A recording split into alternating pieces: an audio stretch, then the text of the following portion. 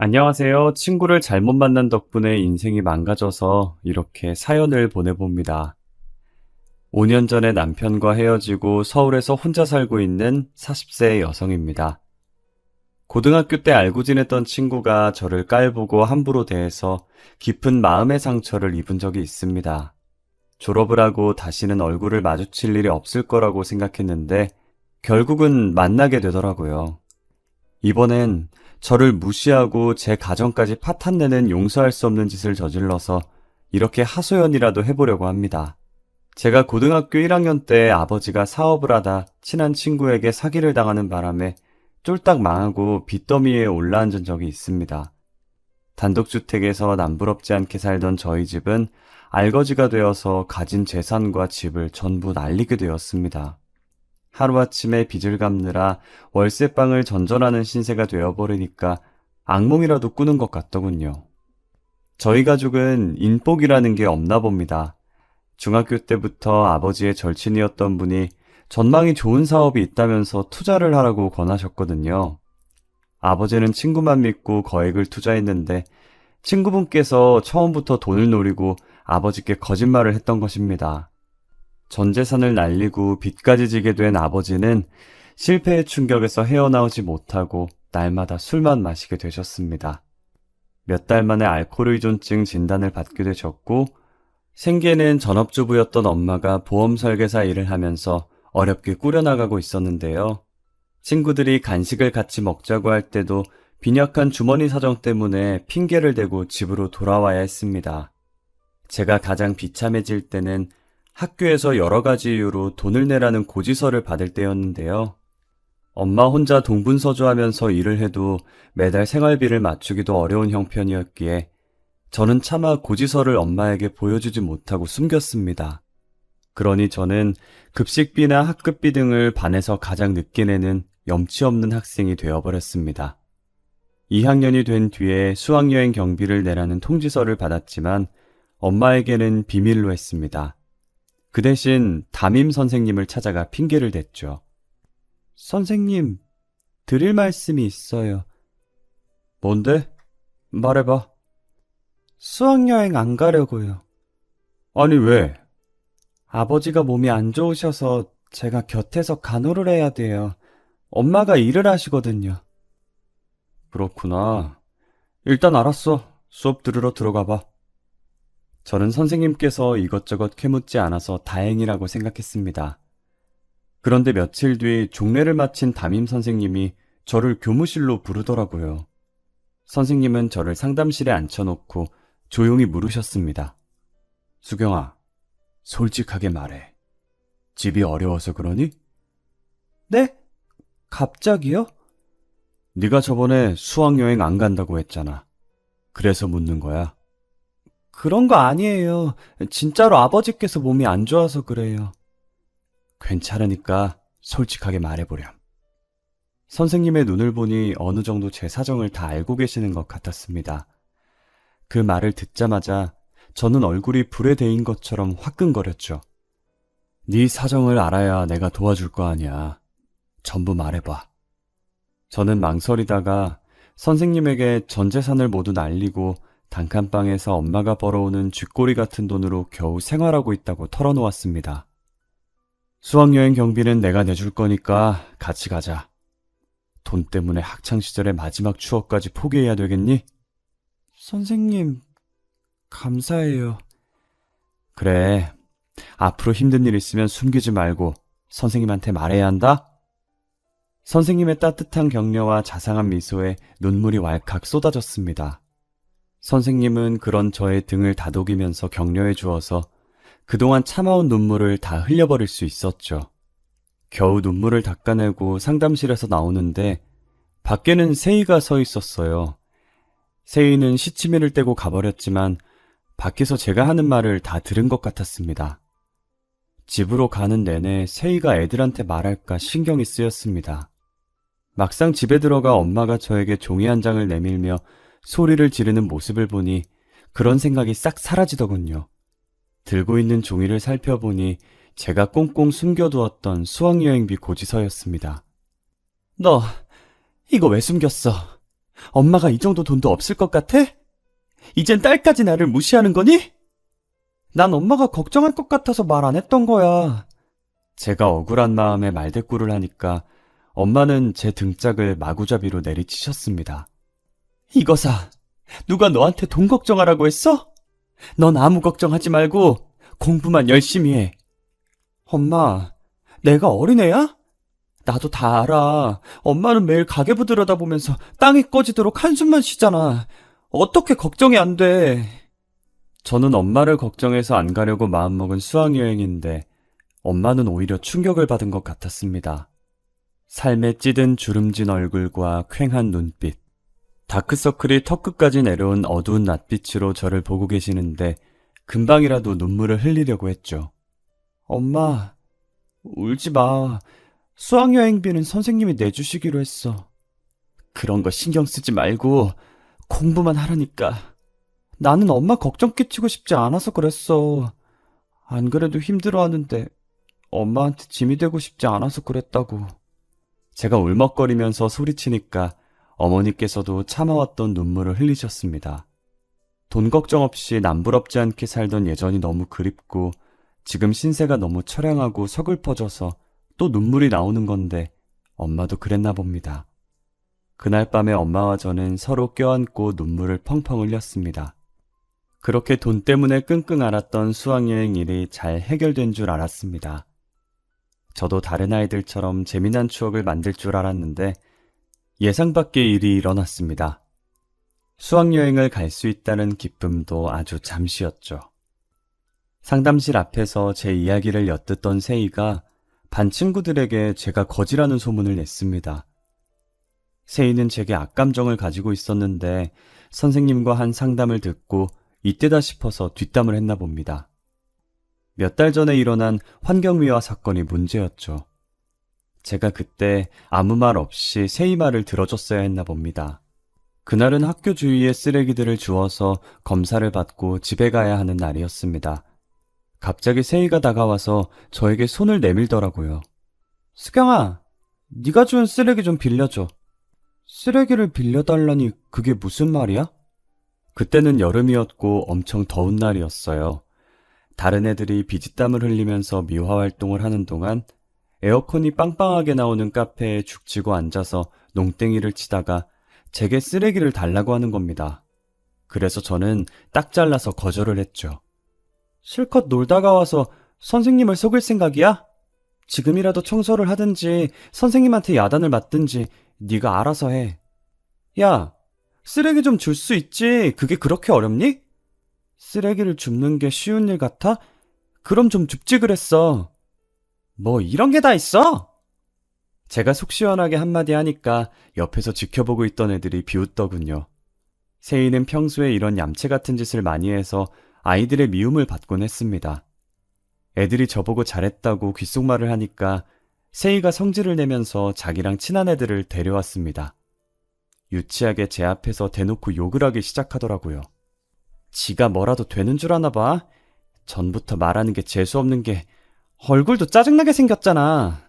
이런 식으로 저를 힐끔힐끔 쳐다보면서 유치하게 굴었습니다.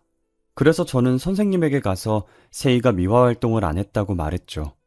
당연히 선생님께서 화를 내면서 세이를 찾아갔고 세이는 혼자 쓰레기를 줍고 다녀야 했습니다. 그것 때문에 제게 앙심을 품은 것 같았습니다.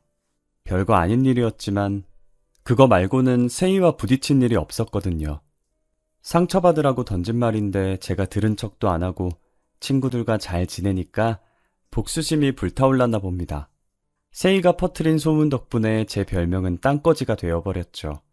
거지라는 수치스러운 꼬리표는 제가 고등학교를 졸업할 때까지 따라다녔습니다. 세이가 너무 괘씸했지만 저는 참는 것밖에 방법이 없었습니다. 저랑 친하게 지냈던 애들한테 너도 거지라서 수경이랑 같이 다니는 거냐고 놀리는 건 기본이었습니다. 잠깐 말이라도 붙이려고 하면 야야, 쟤 거지랑 이야기한다. 곧 거지 냄새 나겠네. 이런 식으로 애들을 굴림하고 다녔습니다. 세이가 이럴 수 있었던 이유는 세이 집안 덕분이었죠. 아버지가 큰 기업의 부사장이었고 엄마도 온라인 쇼핑 사업을 크게 하고 있다고 했습니다. 그리고 확실하지는 않지만 세희 아버지가 저희 학교 교장 선생님과 동문이라는 소문도 있었습니다. 돈이 많은 세희에게는 친구들이 자연스럽게 따랐고 여왕처럼 구는 일이 많았습니다. 오죽했으면 반 애들이 세희 친구들을 시녀라고 했을까요? 그래서 괜히 세희와 맞섰다가는 왕따가 되어서 집단 괴롭힘을 당할 수 있었습니다. 그래서 저는 졸업할 때까지 세희의 괴롭힘을 견디고 있어야 했죠. 고등학교 졸업 후엔 바로 취업을 했습니다. 엄마는 등록금 같은 건 걱정하지 말고 대학에 들어가라고 했지만 또래 아이들과 지내기 싫어졌습니다. 끼리끼리 놀며 무리를 짓다가 자기 입맛에 안 맞으면 내쳐지는 경험을 또 겪을 수가 없었거든요. 게다가 가난이란 굴레에 발목이 잡혀서 대학 생활을 하고 싶지 않았습니다. 사회로 뛰어들어 얼마간이라도 생활비를 벌기로 작정했던 거죠. 두어 달 동안 여러 회사에 이력서를 내고 면접을 보다가 겨우겨우 한 물류회사의 격리직으로 일하게 되었습니다. 격리를 해본 경험은 없죠?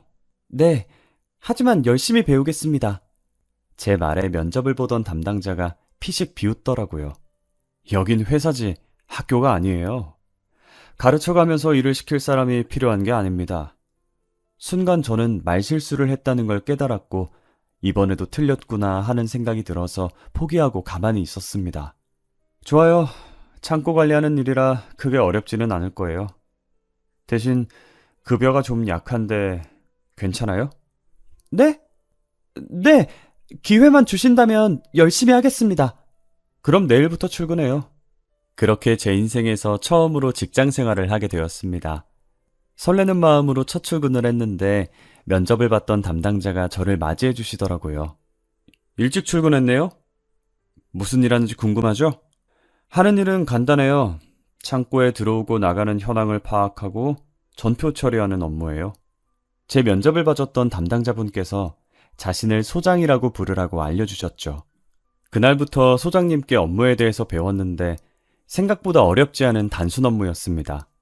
몇 가지 신경 써야 하는 게 있었지만 금방 적응했죠.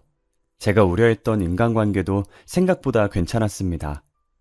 사무실에는 소장님과 저, 그리고 창고 관리를 하면서 지게차를 운전하는 직원이 전부였거든요.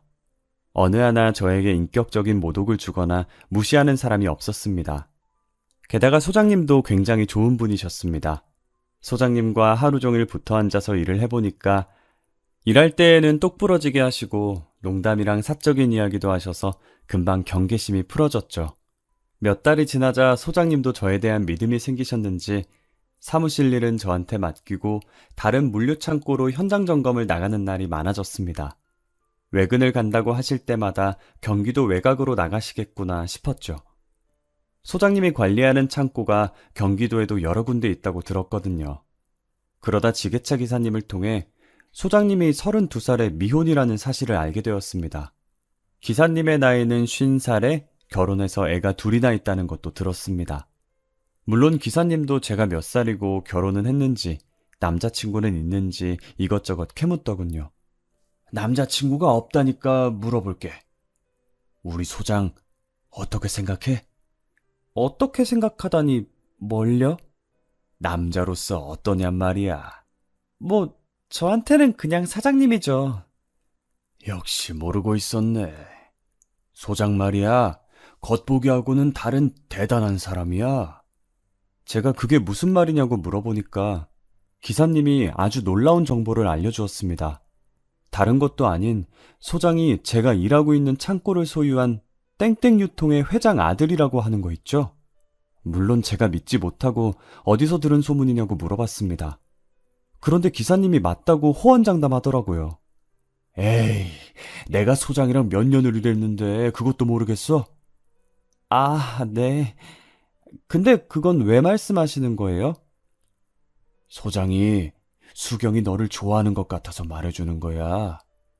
네? 무슨 말도 안 되는... 내가 다른 건 몰라도 여자를 보는 남자 눈빛만 보면 느낌이 와. 소장이 수경이 너를 좋아하고 있어. 분명해. 설마 그럴 리가요. 소장님이 왜 저 같은 여자를 마음에 두겠어요. 틀림없다니까. 너를 보는 눈빛에서 애정이 줄줄 넘쳐 흘러. 내 말을 믿고 잘해봐. 갑부진 며느리가 될 절호의 찬스야. 저는 기사의 말을 전혀 믿지 않았어요. 물론 소장이 제게 잘 대해주는 건 사실이었지만 어디까지나 같이 일하는 부하 직원에 대한 배려라고 생각했죠. 그런데 얼마 후에 소장이 뜻밖의 말을 꺼냈어요. 주말에 뭐해? 만나서 밥 한 끼 할까 하는데. 주말에요? 그냥 뭐 밥만 먹을 건 아니고 네가 가고 싶은데 가도 좋고.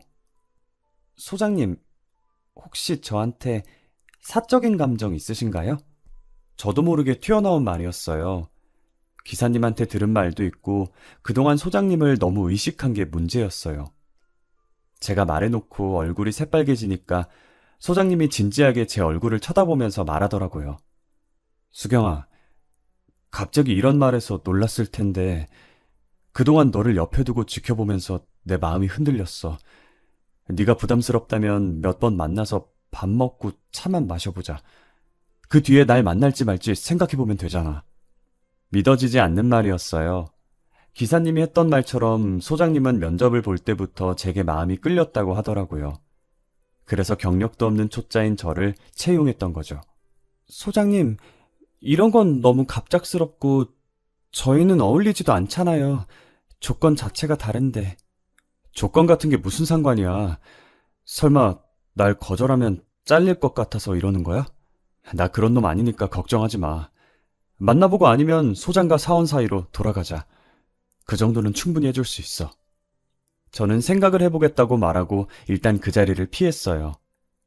그 뒤로 소장이 절 볼 때마다 집에 데려다 주겠다, 주말에 한 번만 보자, 적극적으로 애정을 표현했는데 의도적으로 피하기 시작한 거죠. 소장님이 싫은 건 아니었어요. 그런데 나중에 버려질 걸 생각하니까 무섭더라고요. 지금은 눈에 콩깍지가 씌어서 사랑만 있으면 행복할 거라고 생각하지만 곧 콩깍지가 떨어지면 냉정한 현실을 마주하게 될 테니까요. 그렇지만 소장은 포기하지 않고 끈질기게 저를 설득했어요. 지금까지 조건이 좋은 집안의 여성들을 여럿 만나봤어. 그런데 내가 원했던 이상형과는 거리가 멀었어. 모두 돈만 밝히는 속물들이었다고. 소장님은 누가 뭐라고 해도 평생을 함께하면서 변하지 않고 사랑할 수 있는 여자가 배우자의 첫 번째 조건이라고 했죠. 저에 대한 진심 어린 사랑을 알게 되자 마음이 흔들려 결국 소장님을 진지하게 만나보게 되었습니다. 이때부터 소장님이 아닌 준철 씨라고 부르게 된 것 같네요. 일할 때에는 소장님, 데이트할 때에는 준철 씨라고 부른 지 6개월 정도가 흘렀을까요? 시간이 지나도 변하지 않는 준철 씨의 모습에 저도 점점 결혼 생각이 들었습니다. 평소처럼 경기도 외곽을 드라이브하며 그가 하는 농담을 듣고 있는데 준철 씨랑 결혼하면 어떨까, 얼마나 행복할까 하는 상상이 들었습니다.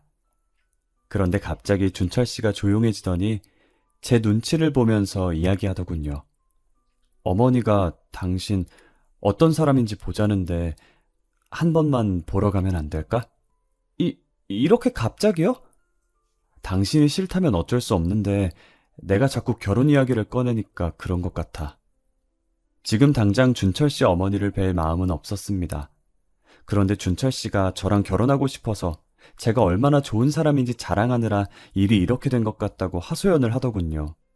상견례도 아니고 그냥 식사만 하자고 설득하는 바람에 얼떨결에 시어머니와의 약속이 잡히고 말았습니다. 그런데 시댁에 들어가자마자 후회했습니다. 그냥 예쁘게 연애만 할 것이지 무슨 결혼을 꿈꿨는지. 시어머니를 보니 결혼 생각이 쏙 들어가더군요.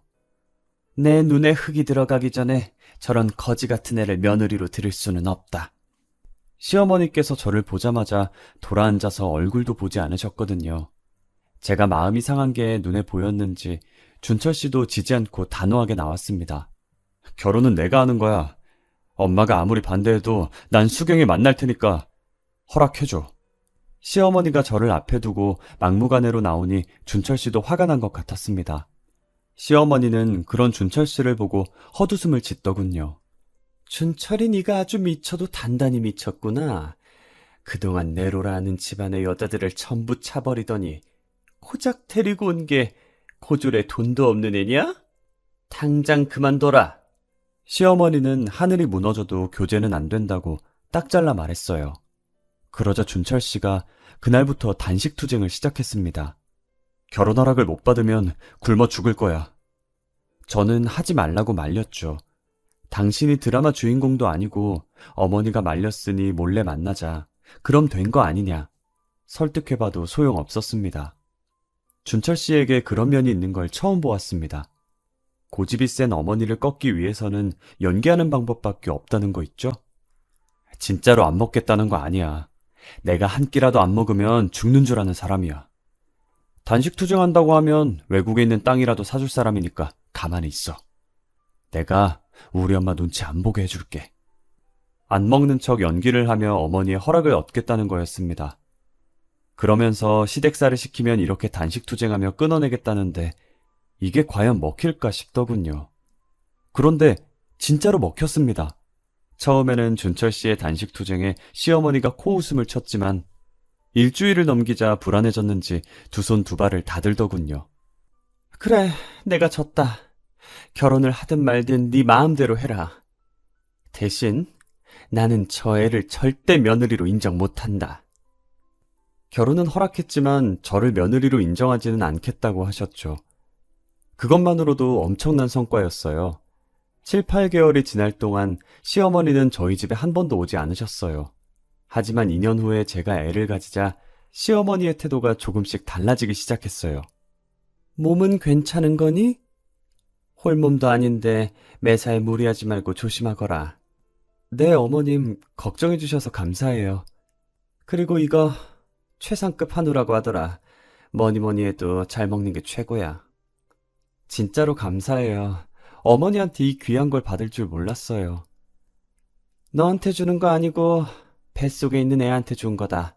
우리 준철이 애니까. 시어머니는 냉랭한 표정으로 한우 세트를 주고 가셨어요.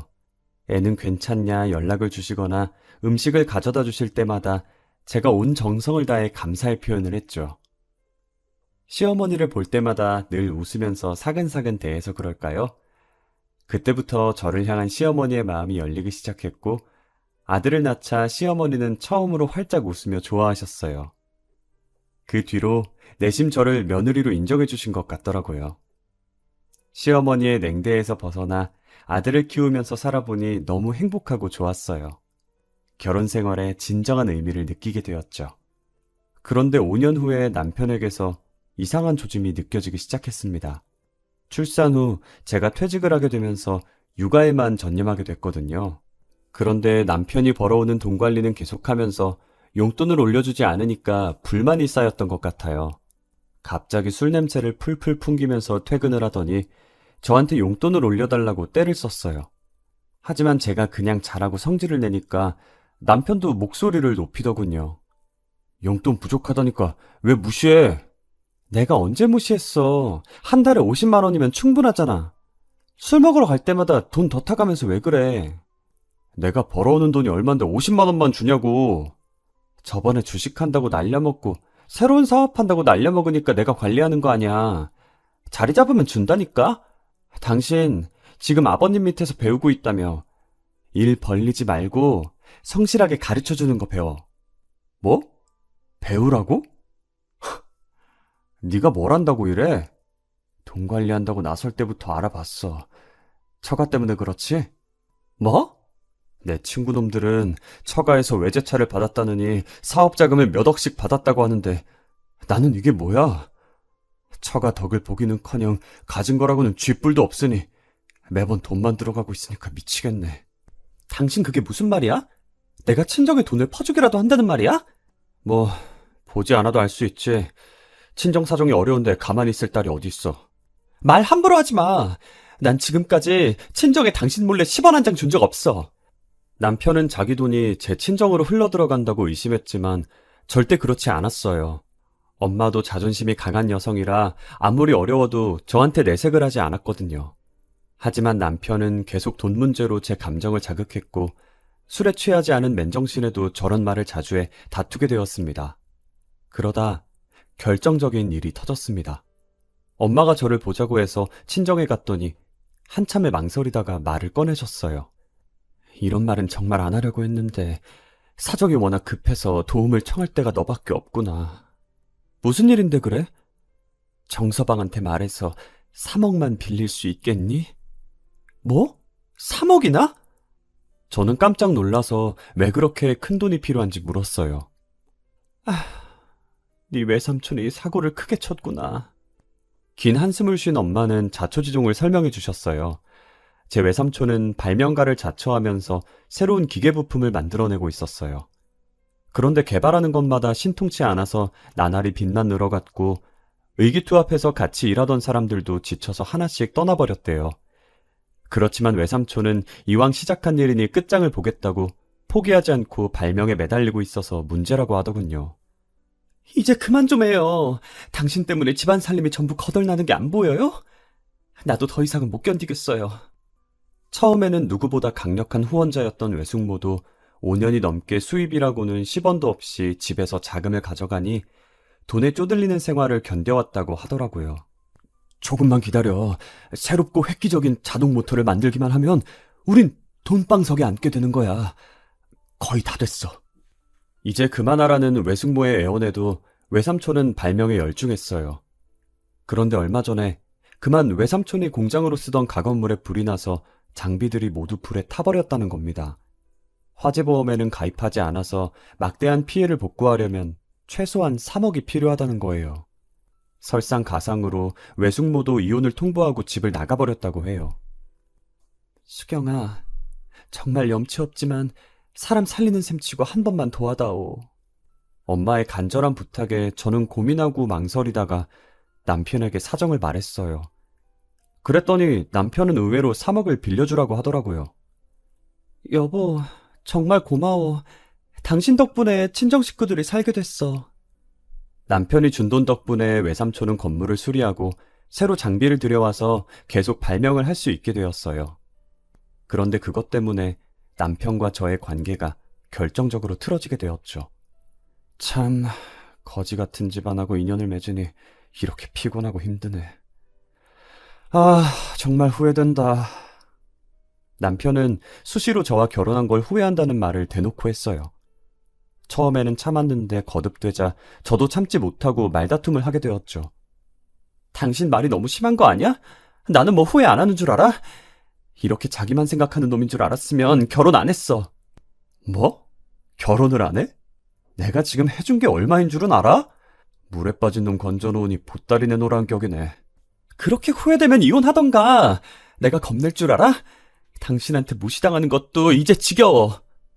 저도 악에 받쳐서 이혼하자고 소리를 지르고 친정으로 와버렸어요. 엄마는 괜히 자기 때문에 제가 이혼이라도 하게 되는 건 아닌지 안절부절 못하더라고요. 남편은 친정에 찾아오기는커녕 전화조차 하지 않았어요. 그리고 며칠 뒤에 집에 가자 남편은 아무 말 없이 이혼 서류를 제게 내밀더군요. 많이 생각해봤는데 우린 이쯤에서 갈라서는 게 맞는 것 같아. 서로 너무 안 맞아. 뭐? 당신은 이혼이 그렇게 쉬워? 당신이랑은 쉬워. 당신 자식은? 이혼 가정으로 키울 건 아니잖아, 응? 지금 화가 많이 나서 이러는 것 같은데 다시 한번 생각해보자. 제가 저 자세로 남편을 설득해봐도 똑같았어요. 저를 냉랭한 눈빛으로 쳐다보는데 연애 시절 다정하게 바라봐주던 그 준철 씨가 아니더군요. 게다가 제가 이혼을 결심하게 된 이유는 그 3억 때문이었습니다. 3억 갚을 수 있어? 그럼 당신이랑 같이 살고 아님 이혼하고. 지금 나 협박하는 거야? 3억 갚을 능력도 없으면서 무슨 낯짝으로 나랑 결혼하겠다고 마음먹은 거야? 세상 물정 모르니 남편 지갑이나 붙들고 사는 거겠지. 내가 어쩌다 김치녀랑 결혼하게 됐을까. 그 뒤로 중얼거리는 목소리가 아직도 잊혀지지 않습니다. 얼마나 충격을 받았는지 이 말이 아직도 기억에 남네요. 사랑의 콩깍지가 벗겨진 남편을 보니 얼른 이혼해야겠다는 생각이 들더군요. 아들은 제가 데리고 가고 양육비를 준다는 조건으로 이혼 서류에 도장을 찍었습니다. 그러다 며칠 후에 남편의 비밀을 알게 되었습니다. 제가 술상을 여러 번 차려줘서 친해진 남편 친구가 제게 전화를 걸었더군요. 끊길 때까지 차단을 할까 말까 고민하다가 몇 분 후에 전화를 다시 걸었습니다. 제가 여보세요 하자마자 남편 친구가 다급하게 소리를 치더군요. 재수씨, 준철이랑 이혼한 거 사실이에요? 네, 맞아요. 지금 그 자식 인스타 가봐요. 그놈이 올려놓은 사진들 좀 보세요. 지훈씨, 혹시 술 취했어요? 지훈씨 발음도 세고 횡설수설하는 걸 보니 술에 잔뜩 취한 것 같더라고요. 그래서 제가 버럭 화를 내고 말았어요. 제가 이혼한 사람 인스타를 뭐하러 들어가봐요. 이제 그 사람이랑 이혼했으니까 연락하지 마세요. 저도 바람 때문에 이혼당해봐서 알아요. 이거 이대로 있으면 안 돼요. 바람이요? 내가 후회할 짓 하지 말라고 말렸는데도 그러더라고요. 그놈이 그럴 줄 몰랐는데 내가 그런 꼴 당한 거 알면서도 어떻게 그러지? 괘씸한 놈 같으니라고. 친구가 불륜남 때문에 이혼당한 걸 알고 있으면서 그런 짓을 저질렀다면서 제대로 혼쭐을 내줘야 한다고 난리를 피우더라고요. 남편 친구의 말에 인스타에 들어가 본 저는 엄청난 충격을 받고 눈앞이 흐려지는 걸 느꼈어요. 인스타에는 남편이 어떤 여성과 다정한 포즈로 찍은 사진들로 도배가 되어 있더라고요. 그 여자는 아무리 봐도 학창시절 절 왕따시키던 세이였어요. 남편이 인스타에 쓴 글과 친구들의 말을 듣고 남편이 계획적으로 저와 이혼했다는 걸 알게 되었죠. 남편의 치밀한 연기에 제가 감쪽같이 속았던 겁니다. 남편은 2년 전부터 세이와 내연관계를 맺고 있었어요. 기업체 사장들 간의 친목 모임에서 만났던 것 같더라고요. 그렇게 2년이 넘게 불륜을 맺어오다가 세이와 재혼을 하기 위해서 남편이 돈 문제로 꼬투리를 잡고 늘어져서 저를 자극했고 외삼촌 문제가 터지자 그걸 빌미로 이혼을 요구했던 거죠.